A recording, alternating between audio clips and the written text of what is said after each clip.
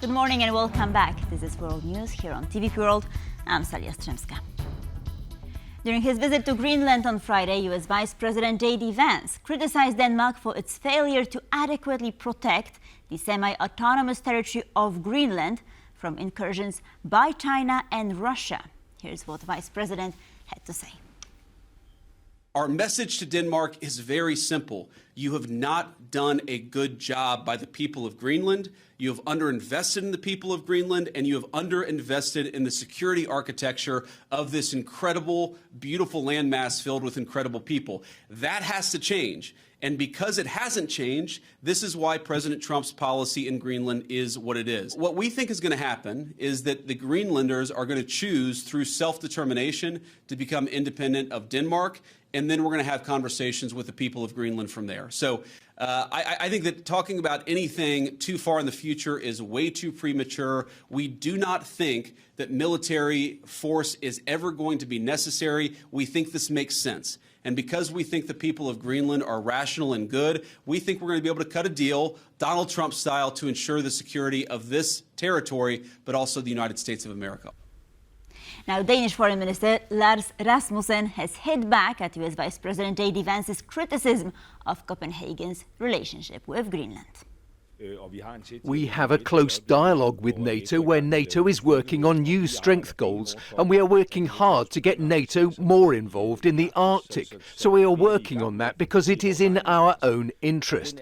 And it is exactly the same as the Americans, and that is why it is so strange to be told off by an American vice president. Now, he was in Putifik, where he got a briefing, and I hope that this will lead to a higher level of knowledge in the White House, because there are some things that need to be clarified here. We have a defense treaty with the Americans dating back to 1951. They themselves have reduced their military presence to one base with 200 soldiers. In the past, they had 17 and 10,000 soldiers.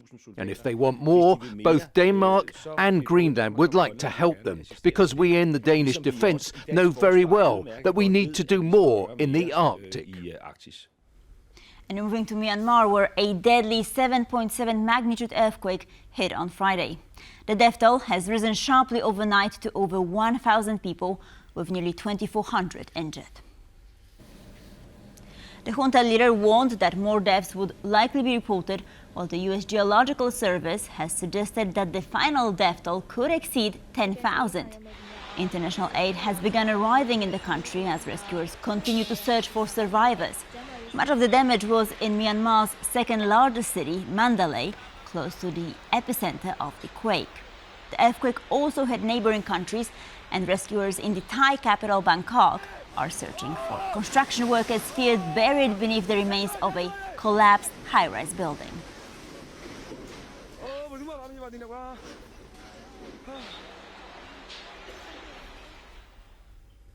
On Saturday, Jacek Dobrzyński, spokesperson for Poland's Ministry of the Interior, reported that representatives of the Belarusian Coordination Council have been unable to contact its chairwoman, Angelika Melnikowa, for several days. According to Polish and partner services, Melnikowa, who lived in Warsaw, has been out of Poland for several weeks, and her disappearance was reported on March 25th by the Belarusian human rights group Viasna.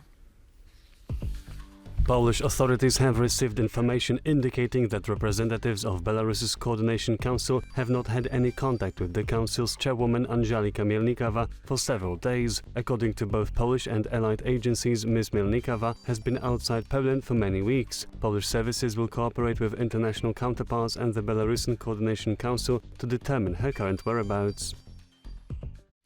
And now moving to Ukraine, a large-scale Russian strike on Ukraine's southeastern city of Dnipro has killed 4 people and injured 19 others. The regional governor reported on the Telegram messaging app that the attack started fires in a hotel complex, a high-rise apartment block, and around 10 private homes.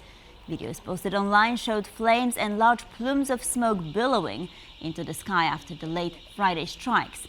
Others showed the shattered interior of a building, the badly damaged upper floors of a high-rise apartment block, and streets strewn with smashed glass and building materials. Some 5.2 million Ukrainians lived abroad in 2024, a vast majority of whom resided in EU countries, according to Ukraine's Center for Economic Strategy, quoted by the Polish Economic Institute. The data showed that the largest number of asylum seekers springing from Ukraine stayed in Germany, closely followed by Poland. The Polish agency further wrote that the share of Ukrainian refugees who would not be willing to return to Ukraine surged, currently standing at 43%. According to a report by Personal Service, every third Ukrainian person aged 18 to 29 would consider migration after the end of the war. The main factors cited behind such a decision would be difficult living conditions and lack of stability.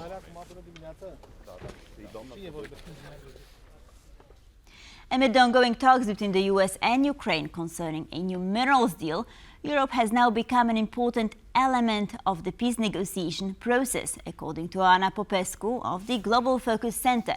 In an interview with TVP World, she said that the idea to form the so-called coalition of the willing means that Europe is slowly but surely moving in the right direction. It's good that we're talking now about something much more comprehensive, where we still don't have the concrete elements and it remains unclear how that would happen. And then, the mandate of this force would very much depend on the European involvement in the stabilization of the situation in Ukraine. But the simple fact that European leaders are coming together, they're willing to commit more resources, they're willing to work together more, places at least constraints on the ability of Washington to negotiate with Moscow over Kiev's head and ignoring everybody else. So I think the most important thing still is that at least Europe is a significant element in the whole negotiation, and it cannot just be bypassed at this point. Donald Trump's crusade against America's global aid efforts has been dealt a major blow, with funding temporarily reinstated for a research project gathering evidence on Ukrainian children abducted by Russia.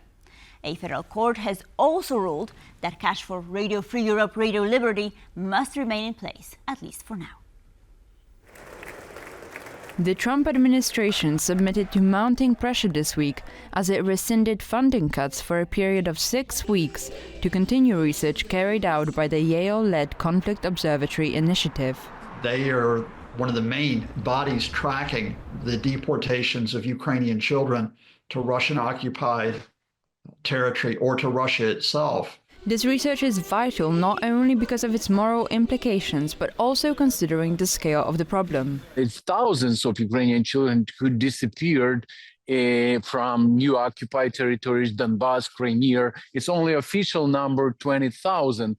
The Trump administration's initial directive also prohibited this organization from transmitting the evidence to prosecutors pursuing criminal cases, namely the International Criminal Court's indictment of Russian President Vladimir Putin. They have imposed Russian citizenship and the Russian school curriculum. They've prioritized military patriotic training at school and in youth groups, exposing children to war propaganda. These changes violate international humanitarian law, which obliges the occupying power to protect children, respect their national identity. The 6-week funding extension will allow researchers to transfer evidence relating to the suspected crimes to the European Union's law enforcement agency, Europol. This comes just a day after the Trump administration was dealt a blow when a federal judge barred it from moving ahead with plans to cut off all federal funds to Radio Free Europe and Radio Liberty. When first announced, Trump's order raised alarm bells for journalists working for independent media outlets. RFRL does a crucial work in areas that, for people who live there, that have no access to any other information whatsoever. The only alternative for them is Russian propaganda. At the same time, criticism of Trump's decision reverberated amongst European policymakers who were faced with the challenge of keeping the organizations afloat. It has been a beacon of democracy and very valuable in this regard. The question for us is, can we come in with our funding to leave or fill the void that US is leaving? The answer to that question is that not automatically. Importantly, the reversal of the order to cut funding underlines the challenges that the US president faces domestically. District Court judge found that the Trump administration's order to eliminate RFE and Radio Liberty immediately did not follow due process, so it was not legally valid. Rather than fighting that ruling, rather than appealing it and going up the chain, the Trump administration has relented, which means that the two services will be funded through September. For now, the Trump administration's scope to impact funding of these programs has been postponed till early autumn, when Congress will deliberate funding extensions. For TVP World, Zuzanna Jurek. In Turkey, the main opposition Republican People's Party has called for a mass rally today against the arrest of Istanbul's mayor, Ekrem İmamoğlu. Police have used pepper spray and tear gas to disperse mass protests in Istanbul and the capital Ankara as the country faces its most significant wave of unrest in over a decade.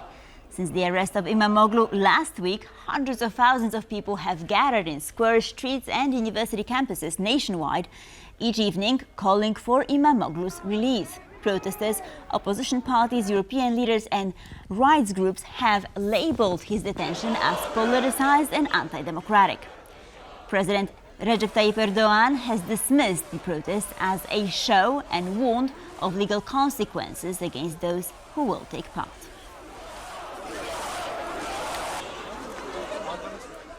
The 4 American soldiers who went missing at a Lithuanian training ground still haven't been found. The Polish Defense Ministry says its soldiers are now joining the search efforts.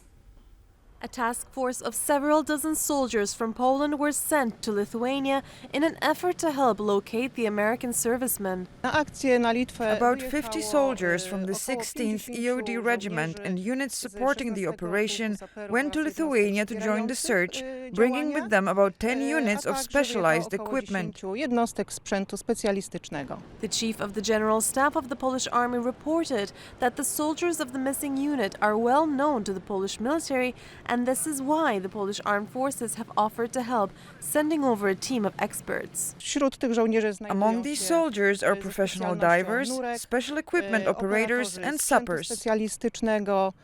According to the U.S. Army reports, the armed vehicle driven by the 4 soldiers around the time they disappeared was found submerged in a reservoir. Engineering equipment, medical equipment, high-capacity pumps, as well as technical security vehicles have been prepared to help deal with the situation. The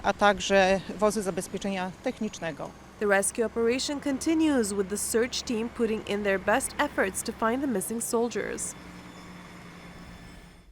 The United States has carried out a further wave of airstrikes on locations across Houthi-controlled areas of Yemen. A Houthi-controlled television station reported that raids killed 1 person and injured 4 others in Sada city in northwest of the country. Footage showed medical staff attending to injured people at a hospital following the strikes. The U.S. Central Command released videos showing fighter planes taking off for strikes against Houthi positions. The United States has launched large-scale military strikes against Iran-aligned Houthis over the group's attacks on shipping in the Red Sea.